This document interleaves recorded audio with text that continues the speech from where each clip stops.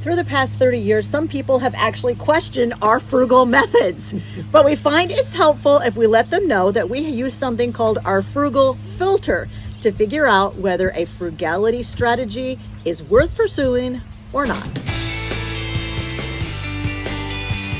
If you don't know us, I'm Larry. I'm Hope. And we're from Under the Median, where practical frugality meets real life. Over the years, we've had more than a few raised eyebrows at some of the ways that we've chosen to save money. And we get it. Frugality doesn't always look normal. It doesn't look average. What are some of the things we've done to save money? Well, we line dry all of our clothes, even in the winter time, and you've made homemade laundry detergent. Oh, one of the other things that people have asked a lot about. We drive an hour each direction twice a year to the Amish store in order to buy bulk grains and beans. And people just ask, is what you're doing really saving you that much money, and is it worth it? So let's talk about the 5 questions that we ask ourselves all the time to determine, are we going to keep doing this frugal thing, or are we not going to keep doing it?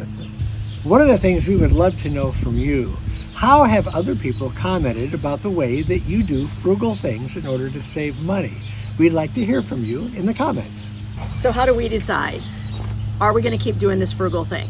Step number 1 is what we call the math check. We try to get down on paper exactly how much money are we saving by doing this thing. Now, when it comes to the Amish food run twice a year, which is probably one of the things that we do that we've gotten the most comments on, we have done charts that show what we would normally pay for that and what we pay for it by buying it in bulk at the Amish store. And the difference is dramatic. It's dramatic to the tune of several $100s a year. So yeah, it passes the math check. But what about some of the other things you're doing? Are you saving 50 cents a month? Well, maybe that's not worth continuing to do. But let's think about this for a second. When we consider line drying clothing, let's say on average it costs you 50 cents to dry a load of laundry. And if you do 5 loads a week, that's $2.50 a week. That's $10 a month. That's $120 a year. So when you do the math, you might have to extrapolate it out over the course of 12 months to really kind of see the impact that it's having. Because if you say $5 or $10 a month, you might go, maybe not. But when you take that times 12, then you might be saying, wait a minute, this really is worth it. The time trade-off. This is another element that we want to consider when we're doing something. When we're going to the Amish country, it takes us about an hour each direction. So that's 2 hours out of our time. And it might take, say, 45 minutes at the store to walk around and do our shopping. Is that worth it in time? Because time is money. Well, the amount of money that we save, it definitely is. One of the other things you want to think about when it comes to time is, are there other factors that you want to consider? For instance, we drive a Prius. We get 50 miles to a gallon. So for us, the cost of gas is pretty doggone negligible when it comes to driving an hour each direction. But if you're driving something with 8 cylinders, then that might cost you a lot more money in gasoline. But when you consider those factors, are there some factors that you can tweak that will make it more worth your while? This next one is what I call PIB, the pain in the butt factor. Now, Larry calls it the inconvenience factor. Mostly because I like to say it a little bit nicer than the way Hope says it. All right, but regardless of what you choose to call it, this is the factor that says, is this something I'm doing that's just making my week a whole lot harder than it needs to be? You have to figure that in addition to the math and the time factor. Is it just something you really don't like doing? But when you figure that in, listen up, listen close. Is there something that you can do that will change that? Do you need to change your process, or maybe you need to change your attitude? That could change it completely for you and make it less of an inconvenience. The next factor is the sustainability factor. Is this something we can keep up over a long period of time? Can we handle doing this? And in case of the Amish drive, we don't do that very often. That's only twice a year. It's very sustainable, and we enjoy doing it. And most of the things that we do are very sustainable. But it gets to the point where with some things, it just becomes too difficult over a long period of time, and we might phase it out if we don't think we can keep it up.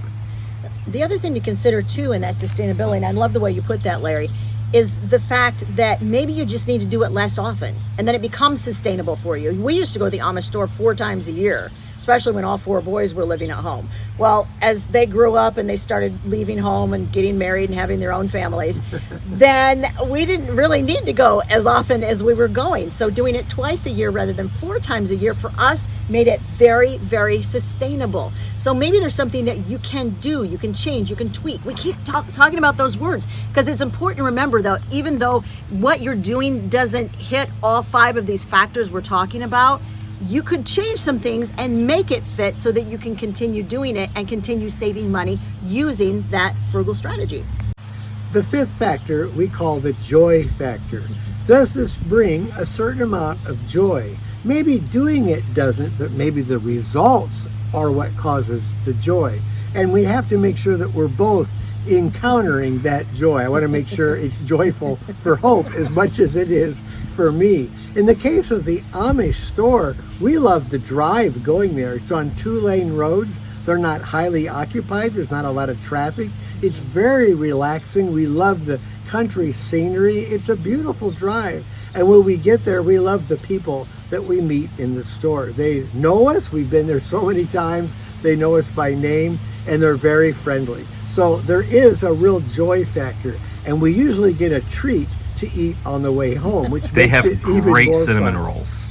Really great cinnamon rolls. Son Yeah, Daniel they do. is recording this for us, guys, and he is all about the cinnamon rolls. They are good for sure. The cinnamon rolls bring me joy. So when someone asks, and I know we've used this as our example throughout this video, is the whole idea of going to the Amish store twice a year. Is it worth your while? Run it through this test of these 5 factors and then ask yourself, is this something that is worth continuing to do? And you can use this for any frugal strategy that you are using in your life. If you're wondering if this is really worth it, we took you in a video on a day of our frugal life, and we also went to the Amish country for this video, so you'll get to actually see it in action. If you want to see it, it's right over there.